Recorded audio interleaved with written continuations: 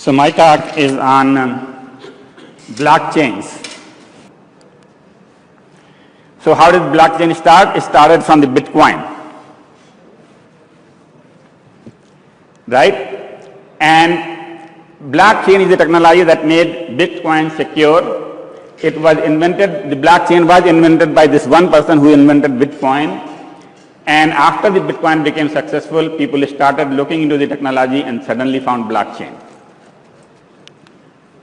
So what is Bitcoin? Bitcoin is the first successful virtual currency. A lot of people wanted to have virtual currencies before, and there were attempts where you could just send somebody money without having a real dollar in your hand or rupees in your hand. But it has survived 5 years and has become legal in several jurisdictions. It is legal in the United States. It is decentralized. No one company, no one country, no one person controls it. It is decentralized transaction verification, decentralized ledger, decentralized mint. What is a mint? Mint is where you print the notes, print rupees and dollars. It's decentralized. Decentralized peer-to-peer network. Everything is done on a P2P and with all the good and bad points of P2P. Has been designed to control over-minting. You cannot overprint it like some countries do. Ghana is one of them maybe, where they just print so much money that the currency has no value. Right? You cannot do that with Bitcoin. It is designed to control double spending, so you cannot have Bitcoin and give it to 2 people at the same time. It is designed to control counterfeiting. You cannot just make a coin by yourself.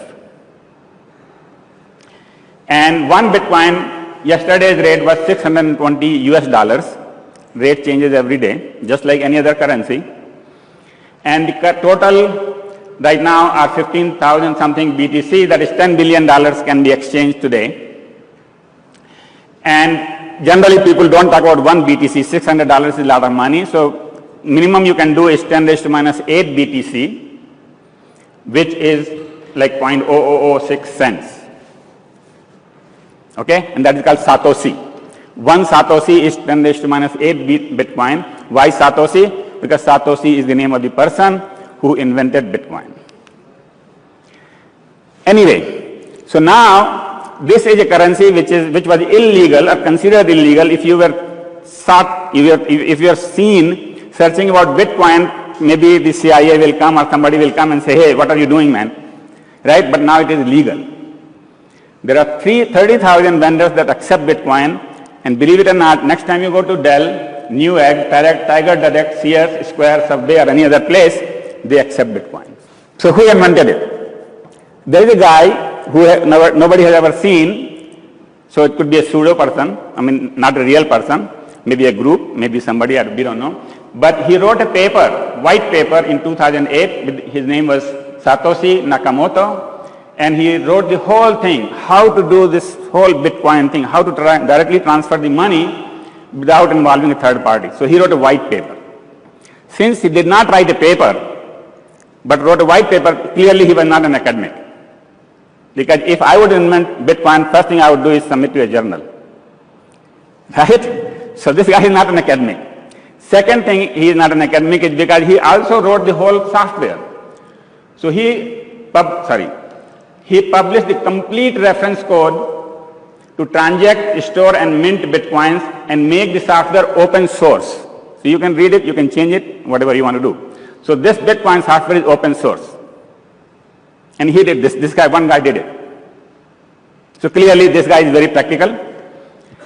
He supported the software and answered all questions for 3 years, from 2008 to 2011. You ask any question and he will answer it on the website. And then he disappeared and has never been seen. Okay, why he disappeared? Maybe he was too rich. Maybe he was too fearful. Why rich? Because he knows how to mint. And and we'll see. So the people who mint the coin, they get money. And second thing is fearful because many governments are catching people who were dealing with Bitcoins, even the United States and other countries. In fact, China has made it illegal. If anybody is found with a Bitcoin, they are put in the jail right away, even today.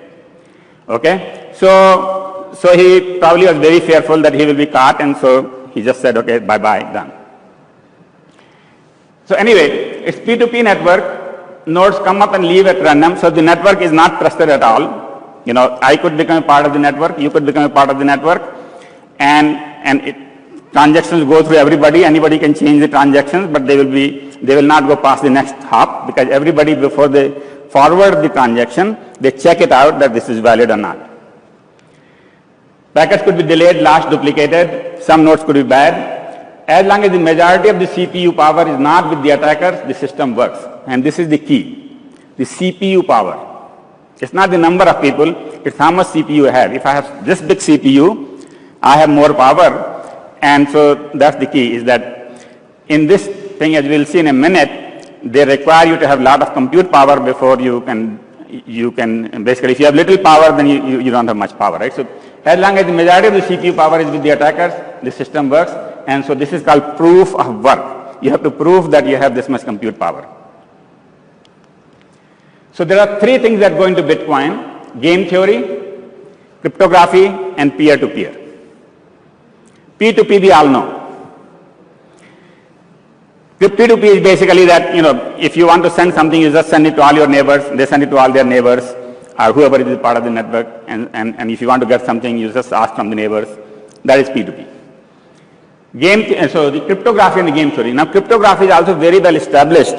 With cryptography today, we can sign documents, and we all do, and they are valid in the code. If somebody changes a word, then the signature is no longer valid, right? So that kind of thing is used in this. And we all do hashing, for example. In hashing, you can take a big information and transform into a small set of bits. But if you change anything in the main message, the hash will not match. So that is one. So we know all this in the cryptography. And game theory part is that everybody has to benefit, otherwise they will not work. Right? So the people who mint, the people who verify, the people who do all this, and they all benefit somehow in this whole game.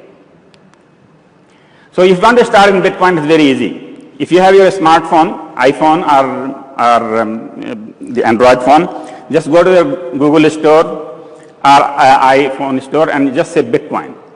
And you will find hundreds of apps. I was really surprised. I never looked for those. But once I looked for them, there are hundreds of them. And I just listed 10 here: Coinbase, blockchain, Bitcoin, and so on and so forth. You just get it on your phone and get it started. You can buy your first Bitcoin. You don't have to buy one Bitcoin. You can buy 0.001 Bitcoin or whatever you want to buy. And you put your money in, and you are in business.